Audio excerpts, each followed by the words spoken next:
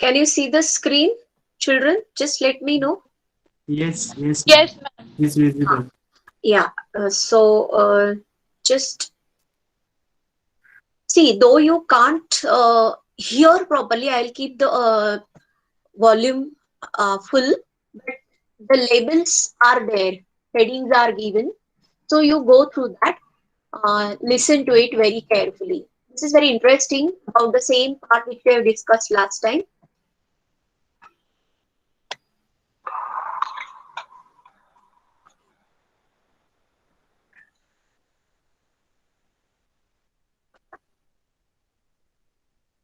Wait. Just add.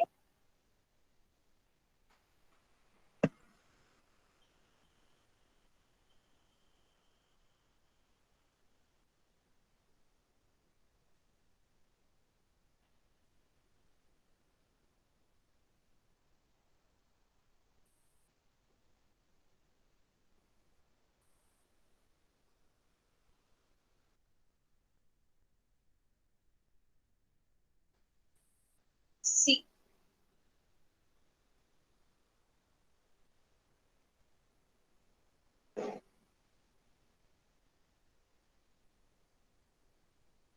nucleosomes are packaged. Right. This is the structure of nucleosome and then chromatin.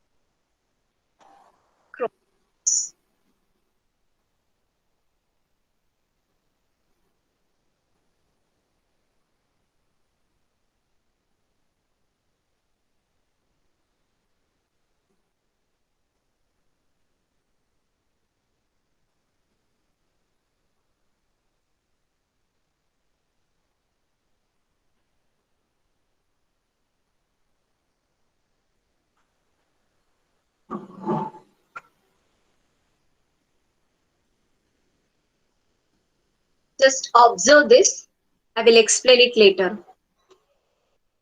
This is the helicase enzyme.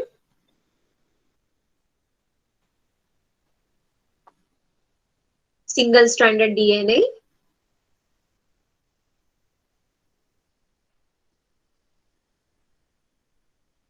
One new strand is formed in a continuous manner. This is called as leading strand.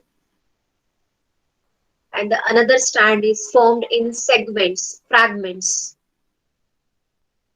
These pieces or fragments are called Okazaki fragments. These are later joined. RNA primase works to form RNA primer, which initiates the process of the process of DNA replication. Then DNA polymerase enzyme works to form the complementary nucleotides,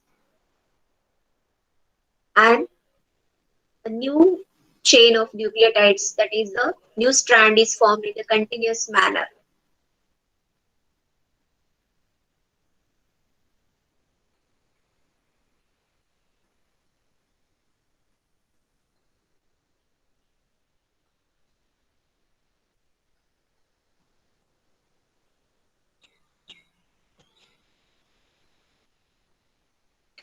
Okay, could you hear? Just unmute yourself. You Yes, could see. ma'am. Yeah. Okay, now we'll come to the next part of this chapter. Can you see this screen? Full screen? Yes. Yeah. Okay. So, whatever we just saw in the video, it was last time which we discussed the same picture which I have shown you already in the last lecture, that how this nucleosome is formed, that the octamer of histone type of proteins, how it is wrapped by the DNA. These are the two rounds of DNA molecule fragment, and so these octamer, that is protein, histone type of protein made up of four types of histones, H2A, H2B, H3 and H4, two of each type, that forms octamer, that is surrounded, wrapped by the DNA molecule, and H1 type of protein works at the entry and the exit of this wrapping part, that is the molecule, nucleosome. So the entire structure is called as nucleosome, and the two nucleosomes are joined by the a fragment of DNA that is called as linker DNA, which links two nucleosomes. And such type of nucleosomes, again, they form a structure. They bound, surround by each other, and they form the structure like that cluster of these proteins that forms a thread-like structure called as chromatin. And how this thread or chromatin it forms, then the structure of chromosome we saw in the video, which gives the appearance first of all like the beads on string. This is what about the nucleosome, its structure we discussed last time and saw in this video just now. Now, before we go to the next part of DNA replication, let me explain you few more important points. Euchromatin and heterochromatin. These are the two types. What are these? In a typical nucleus, some regions of chromatin are loosely packed and lightly stained. And this region is called as euchromatic region or euchromatin part, which is in the nucleus less stained, that means lightly stained and loosely packed, whereas heterochromatin, that is densely packed and it stains dark, so it stains dark, and that's why it is called as heterochromatin.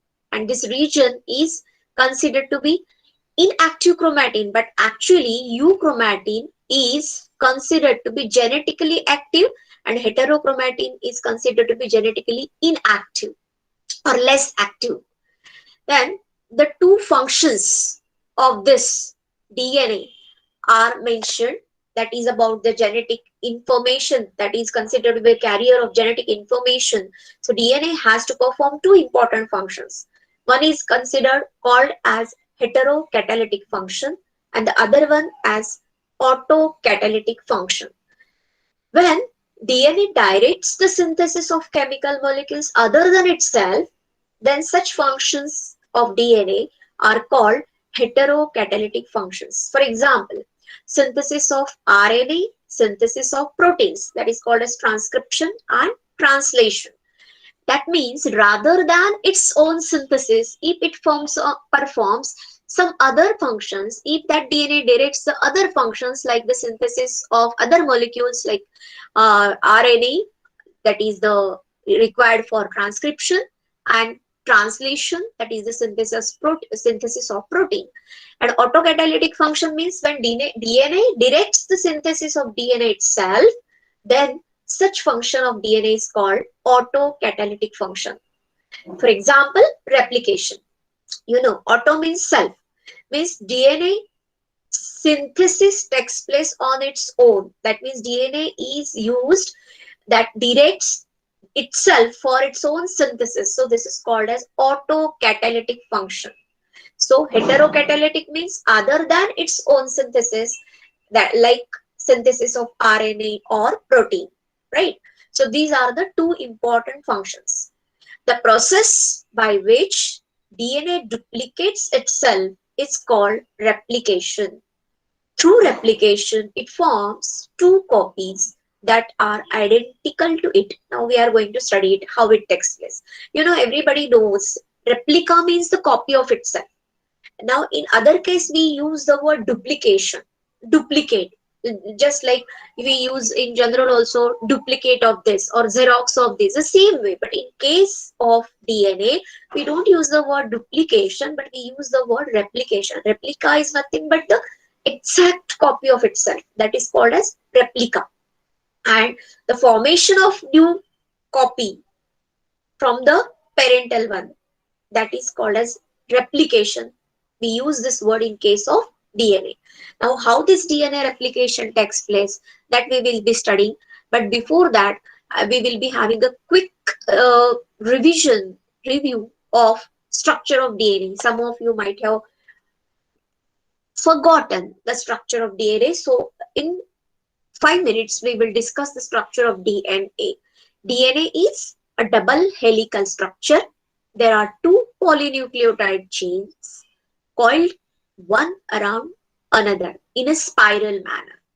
Each polynucleotide chain consists of a sequence of nucleotides linked together by phosphodiester bonds. The two polynucleotide strands are held together in their helical configuration by hydrogen bonding between bases in opposing strands. The base pairing is specific.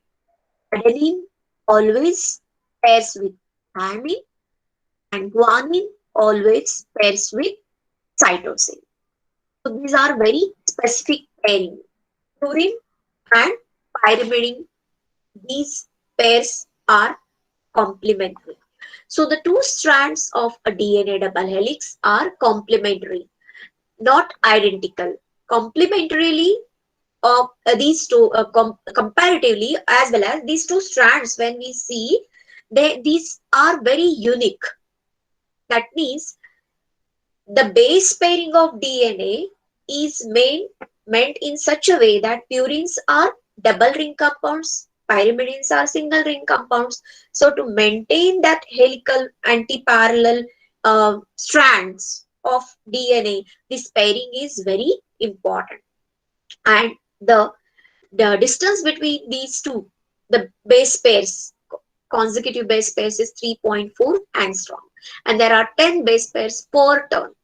The sugar phosphate backbone of two complementary strands are anti-parallel, means they are running parallel but in opposite direction. See, this is the chemical structure of the two nucleotides. Now you can say this is one strand, this is another strand. Now you can see here, this is sugar phosphate. This is what called as for sugar phosphate backbone.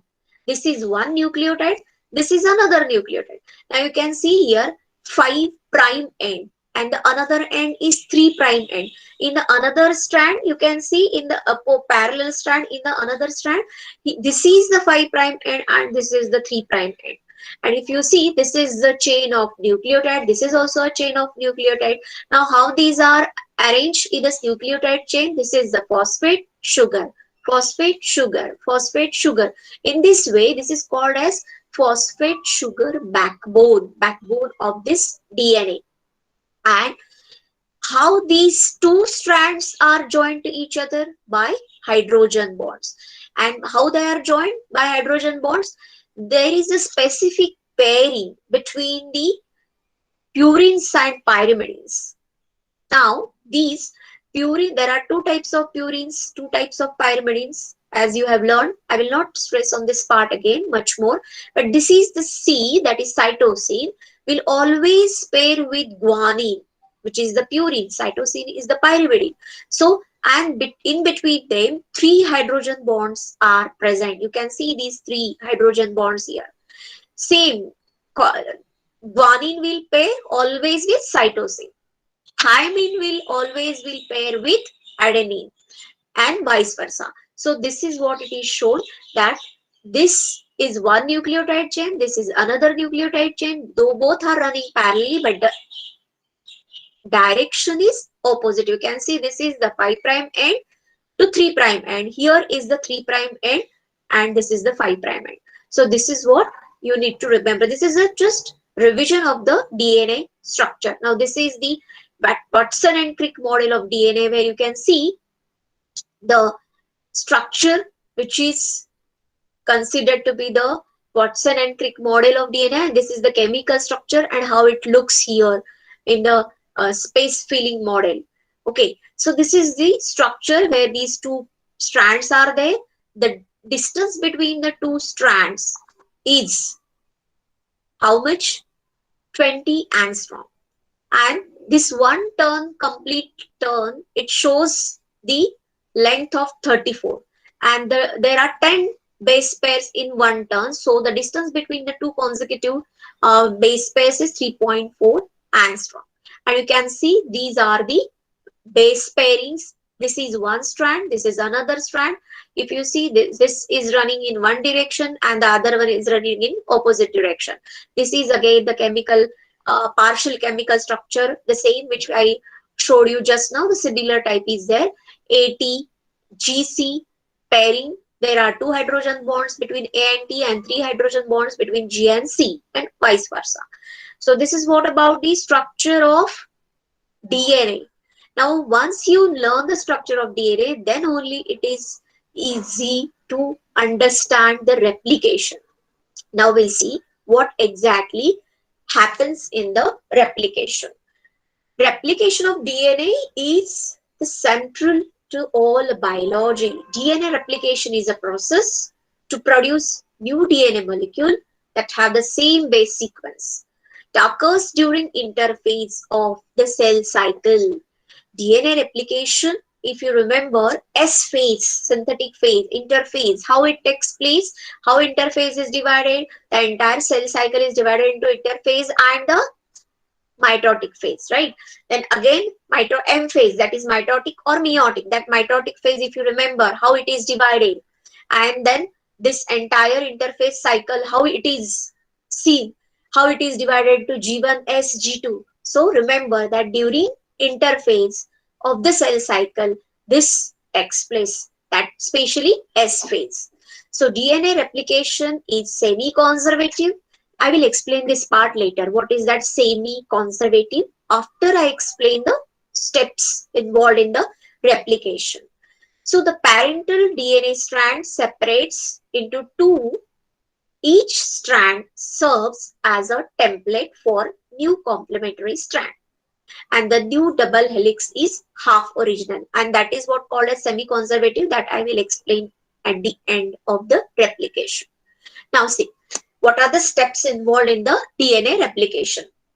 You keep your textbook open with you, and whenever I tell you some name of the enzyme, you are going to underline it and number it, so that at the end of the completion of the process of replication, you will be telling me the number of enzymes in sequence. Once you remember the sequence of the enzymes, you will be remembering this entire process in sequence. So now first step in the DNA replication is activation of nucleotides. Now you know, as we have learned, that there are four types of nucleotides. That means D, in case of DNA it is D, that is deoxyribose. A is adenine, G is guanine, C is cytosine, and T is thymine. They are all in the monophosphate form. But for the process of replication, more amount of energy is required, and that is given in the form of ATP. So these are activated by ATP. So first step is what? These nucleotides which are in the monophosphate form, they should be activated. That means energy should be given, and that is given in the form of ATP. And that is given with the help of enzyme phosphorylase. Now remember, so the first enzyme used in the process of DNA replication for the activation of these nucleotides is enzyme phosphorylase. Phosphor, addition of phosphates. So what is here? It is monophosphate. Now when we are adding, it becomes triphosphate. So remember this. They are activated by ATP in presence of an enzyme phosphorylase. So this results in the formation of deoxyribose nucleotide triphosphates. So these DAMP, GMP will become now DATP, that means deoxyribose adenine triphosphate, guanine triphosphate, cytosine, thymine triphosphate, like this. And this process is called as phosphorylation. Remember, phosphorylation means addition of phosphates. So by adding phosphates, that is by activating these AMPs, these are activated by ATP in presence of enzyme phosphorylase, and this process is called as phosphorylation. So addition of phosphates, that is phosphorylation. Now, so whatever the nucleotides are first in the form of monophosphate, now they are triphosphate. Now they are energized. Now they are ready for the process of replication. So for actual process of replication, these nucleotides which are involved, they need to be activated, and that is done with the help of phosphorylation, with the help of enzyme phosphorylase. Now, second step in the process of DNA replication, actual replication now starts at a particular point, that is called as point of origin or initiation point.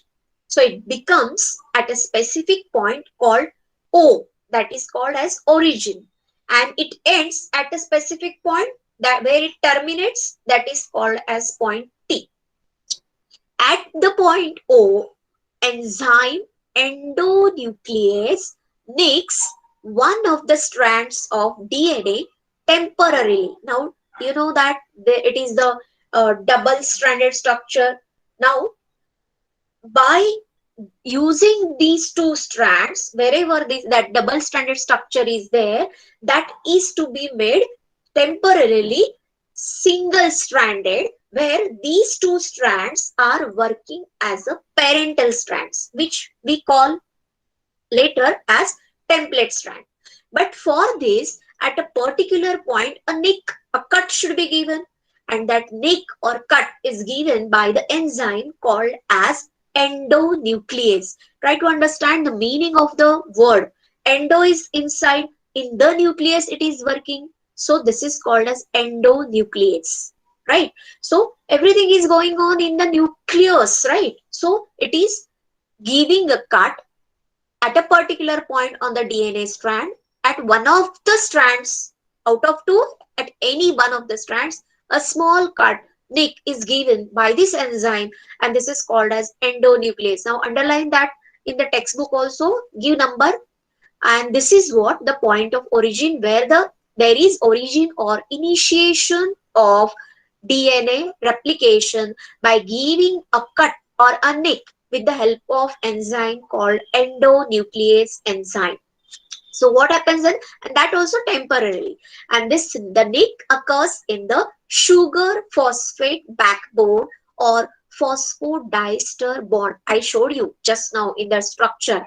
What is that sugar phosphate backbone, right? So the nick is given there in the sugar phosphate backbone. Next step is what? Unwinding of DNA strands or DNA molecule. You know that these are coiled around each other. There are two strands of DNA coiled around each other. If you have seen the electric wires, how they are coiled around each other, the same way these DNA molecule strands, they are coiled around each other. And for the replication or formation of new strand, these two strands should be separated from each other temporarily. That means that winding of this strand, it should be unwinded, they should be separated. So unwinding of these two DNA strands is important, and for this enzyme DNA helicase operates by breaking weak hydrogen bonds in the vicinity of origin, that is O, and the strands of DNA separate and unwind. Each separated strand works or acts as template.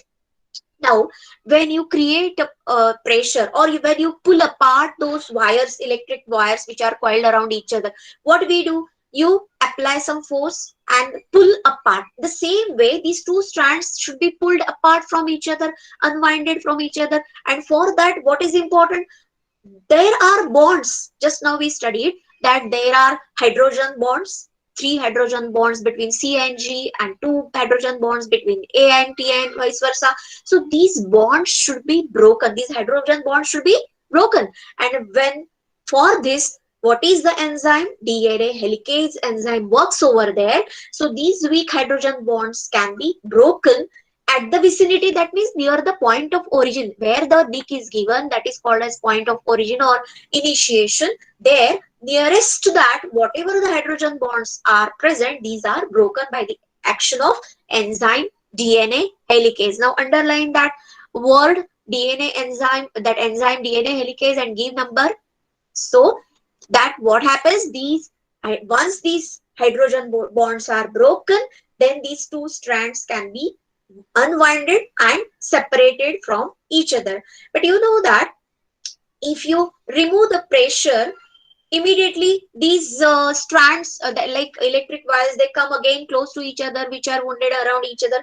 The same way here also it happens. So these strands should be kept separated, unwinded temporarily, but for some time, till the new strand is formed on it, right? So these two strands now are working as template, that means parental strands, and they should remain in the same form. Again, they should not get winded around each other. So for that, single strand binding protein works to prevent the recoiling, rejoining of these strands again, isn't it? So to remain in the same condition, not to wind the or get coiled around each other again, single strand binding proteins are important and they get attached there. So these proteins, SSB proteins, remain attached to both the separated strands so as to facilitate the synthesis of new polynucleotide strands, right? Because now these two separated strands are working as template, that means parental strands,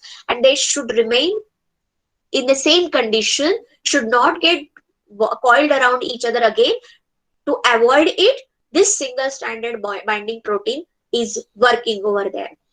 Now how it gives the appearance? It gives the appearance like Y shape, and so it is called as replicating fork. Due to unwinding and separation of two strands, Y-shaped fork or that type of structure is formed, and that is called as replication fork. The unwinding of strands imposes strain which is relieved by super helix relaxing enzyme. See, this is one more you can, whatever the strain is released, created, that should be released. Whatever unwinding of strand imposes strain, which can be relieved by the super helix relaxing enzyme, that is topoisomerase. Underline that part and write down this name if it is not there. So topoisomerase works after which enzyme? After SSBP, that is the single strand binding protein, or you can say helicase. So topoisomerase, which helps to relieve the strain which is imposed on these unwinding strands. Now you look at this structure diagram where you can see that this is the Y-shaped structure called as Y fork, and this is one strand, this is another strand, and this is the point of origin. This is called as O, or point of origin or point of initiation, whereas these two separated strands are called as parental strands or templates. Now, which is called leading template and which is called lagging template, I tell you now. First, you look at this diagram, that this is giving the Y-shaped structure, that is called as Y4. Okay. Now, how the synthesis of new strand takes place.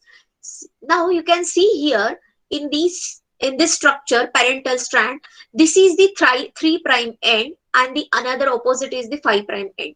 Now always remember that at the 3' free end, there is synthesis of new strand. So new strands is always synthesized from 5' to 3' direction. Now what is the next step here? At this 3' end, which is free, there is addition of RNA primer, and that RNA primer is added by the enzyme called RNA primase, and this RNA primer which initiates the synthesis of new strand. So synthesis of new strand requires RNA primer. Each separated strand acts as template for the synthesis of new complementary strand, and it begins with the help of a small RNA molecule and that small RNA molecule is called as RNA primer. RNA primer gets associated with the 3' end of template strand by the activity of RNA primase enzyme. You underline there, or if it is not there mentioned, just write down near RNA primer that RNA primase enzyme. That means how RNA primer is added here. Now in this diagram, this is the 3' end. This is the template strand or parental strand. This is the 3' end which is free, and at this 3' end RNA primer is added, and that RNA primer is activated by the enzyme RNA primase. And this RNA primer is nothing but the small fragment of DNA or segment or a small molecule of RNA that is called as RNA primer, which is added at the 3' end, which is free of the template strand or parental strand of DNA. And then this initiates the process of synthesis of new strand, and that too with the help of DNA polymerase enzyme. Once RNA primer is added at the 3' end, then DNA polymerase 3 or DNA polymerase is the enzyme which is responsible for the synthesis of new complementary strands. Now suppose on this strand here T is present, then complementary nucleotide, which is complementary nucleotide A, so that will be carried from the nucleoplasm region. Then if it is C, then G will be carried from the, which is complementary, will be taken from the nucleoplasm region. If C is there, G will be taken. So in this way, DNA polymerase works. At this point, after the addition of RNA primer, DNA polymerase is the enzyme. Now you underline that enzyme. Synthesis of new complementary strand is catalyzed by the enzyme DNA polymerase. And the new complementary strand is always formed in 5' to 3' direction. Now you can see here, this is the 3' end of the parental strand, and the synthesized new molecule is always synthesized from 5' to 3' end. You can see this is the 5' end. So in this way, this is the newly synthesized DNA molecule, and that is called as leading strand, which is formed, synthesized continuously. So that is called as leading strand. And this is the leading template on which the new strand is synthesized in a continuous manner. Whereas on the another strand also work as a DNA template, that is the parental strand. But here the new strand which is synthesized, it doesn't synthesize in a continuous manner, but in the form of small fragments. And these fragments are called as Okazaki fragments. As these strands are running in opposite direction, the new strand on the another strand, the new strand will not synthesize in a continuous manner, because the reason, always there is synthesis of new strand in 5' to 3' direction. So this will be synthesized in small fragments, and these are called as Okazaki fragments. And for every time RNA primer will be added to initiate the new strand, that is to initiate the synthesis of new strand, that is again DNA polymerase. So again addition of RNA primer, then again DNA polymerase will act, and there will be formation of new strand. So in this ways, in small fragments, the new strand will be formed, and that is called as lagging strand. And that template or parental strand on which the new strand is formed in the discontinuous manner or in the form of fragments, that is called as lagging template. And the strand which is formed in discontinuous manner in a small form of small fragments, that is called as lagging strand. Later on, after the synthesis is completed, this synthesis is also always, the newly synthesized strands are always from 5' to 3' direction. Once this synthesis is over, that means it terminates at the T point, the reaction is over, there is a termination of the replication. Then what happens? These gaps are filled by RNA ligase type of enzymes work, and these all fragments are joined by DNA ligase type of enzyme, as well as these RNA primers are also removed, and RNA primers are nothing but the small molecule of RNA, and then DNA polymerase 1 works over there to fill that gap. That means there is nothing but the nucleotides. These and these all gaps are joined by the enzyme ligase. So this is the next enzyme. Now you remember, I'll just repeat this part: leading and lagging strand. The template strand with free 3 end is called leading template, and with free 5 prime end is called lagging template.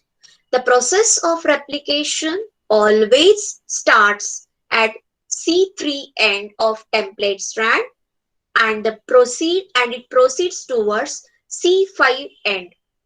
As both the strands of parental DNA are anti-parallel, new strands are always formed in 5 prime to 3 prime direction. You remember, this is very important sentence, that new strands are always synthesized in 5 prime to 3 prime direction.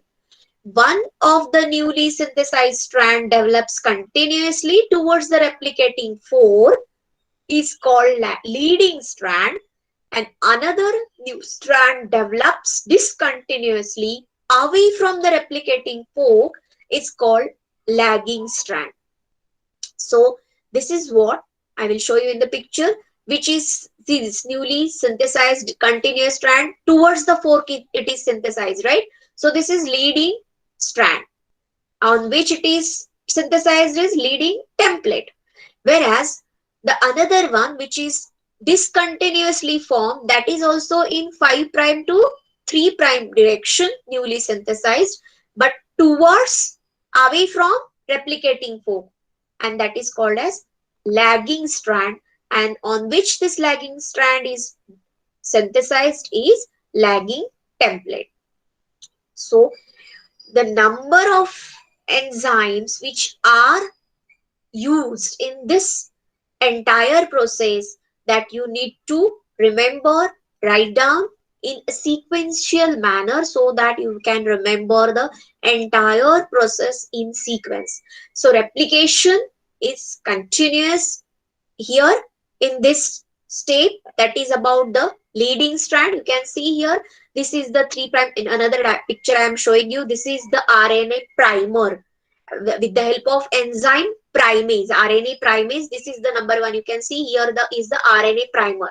This is nothing but the small molecule of RNA. Nucleotides are present. Now, this is the leading strand, that is synthesized in a continuous manner with the help of DNA polymerase. Now, this is moving towards replicating fork in a continuous manner. So this is called as leading strand, right? And you can see that this is the triphosphate nucleotide. See, that means how it is produced. This leading strand towards the replicating fork, it is shown in this picture, and this is the another strand where the another strand is called as lagging strand. Here is the picture where it is clearly shown about the leading strand. This is the replication fork. This is the point of origin, and this is the RNA primer, and here it initiates the DNA polymerase, that is the synthesis of new strands. Complementary nucleotides are added. Now, maturation of Okazaki fragments means what? DNA synthesis on lagging template takes place in the form of small fragments called Okazaki fragments, which are joined by the enzyme DNA ligase. Remember, just now I told you DNA ligase. Ligase means to join. So these fragments are joined by the enzyme DNA ligase. RNA primers are also removed because they initiate the process by the DNA polymerase and replaced by DNA sequence with the help of DNA polymerase 1 in prokaryotes, and DNA polymerase alpha in eukaryotes. They are also called as exonuclease. In case of eukaryotes, this DNA polymerase alpha, that is called as exonuclease, right? So because this in case of lagging strand, the small fragments called Okazaki fragments are joined by DNA ligase, and as well as wherever the RNA primers are added, these primers are also removed. In case of DNA leading strand also, at first it is required to initiate the synthesis, that RNA primer also, and all the RNA primers which are used for the lagging strand, they are also removed by DNA polymerase and are replaced by DNA sequences with the help of DNA polymerase 1 in prokaryotes and DNA polymerase alpha in eukaryotes. Finally, DNA gyrase, that means topoisomerase, this is also called as topoisomerase enzyme, forms double helix to form daughter DNA molecule. You know that the same word we use, that which is the enzyme, relaxing enzyme. This is called as super relaxing enzyme, isn't it? So that enzyme again it works over there, and again the winding of the strand takes place. So formation of the DNA daughter molecules is seen at the end of the replication. Two daughter DNA molecules are formed. Each daughter DNA, one strand is parental and the other one is totally newly synthesized. Thus, 50% is contributed from mother DNA, and hence this is described as semi-conservative replication. As I told you that at the end I will tell you why it is called as semi-conservative. Semi means half. Half the part is conserved. Conservative, that is conserved, stored. What is the half part? That is the parental, because the two strands which are separated from each other, they are working as a parental strand, which we call it templates, right? So they are conserved as it is, so halfly conserved, and the new strand which is produced, that is totally new. So that's why this is called as semi conservative type of replication. About the lagging strand, again I will show you in this diagram. The lagging strand runs from 3' to 5' of template strand. After RNA primer is in place, DNA nucleotides are added by DNA polymerase 3, and segment of DNA will run into another RNA primer. DNA segments are called as same thing is given here, that is with the help of RNA primer here in case of lagging strand. In small fragments, every time RNA primer is added, small uh, sequence of nucleotides, that is triphosphate nucleotide, is produced. Again RNA primer is added, again there is synthesis of small fragment of nucleotide, again RNA primer is added, again there is synthesis of new. So these all fragments are called as Okazaki fragments by the name of the scientist Okazaki, and then later these RNA primers are removed and replaced by DNA polymerase, that is the sequence of nucleotides, that is DNA polymerase. In case of prokaryotes, by DNA polymerase 1 enzyme, and in case of eukaryotes it is alpha, that is also called as exonuclease. And also these all fragments are joined by the enzyme called DNA ligase. Ligase means to join. Now these are the steps in DNA replication, where first is the identification of the origin of replication, then unwinding of the double-stranded DNA to provide as a single-stranded template. That means its original form or nature is disturbed. So that is called as denaturation. Origin form of DNA is what? Double-stranded structure. When it is converted into single-stranded, by unwinding.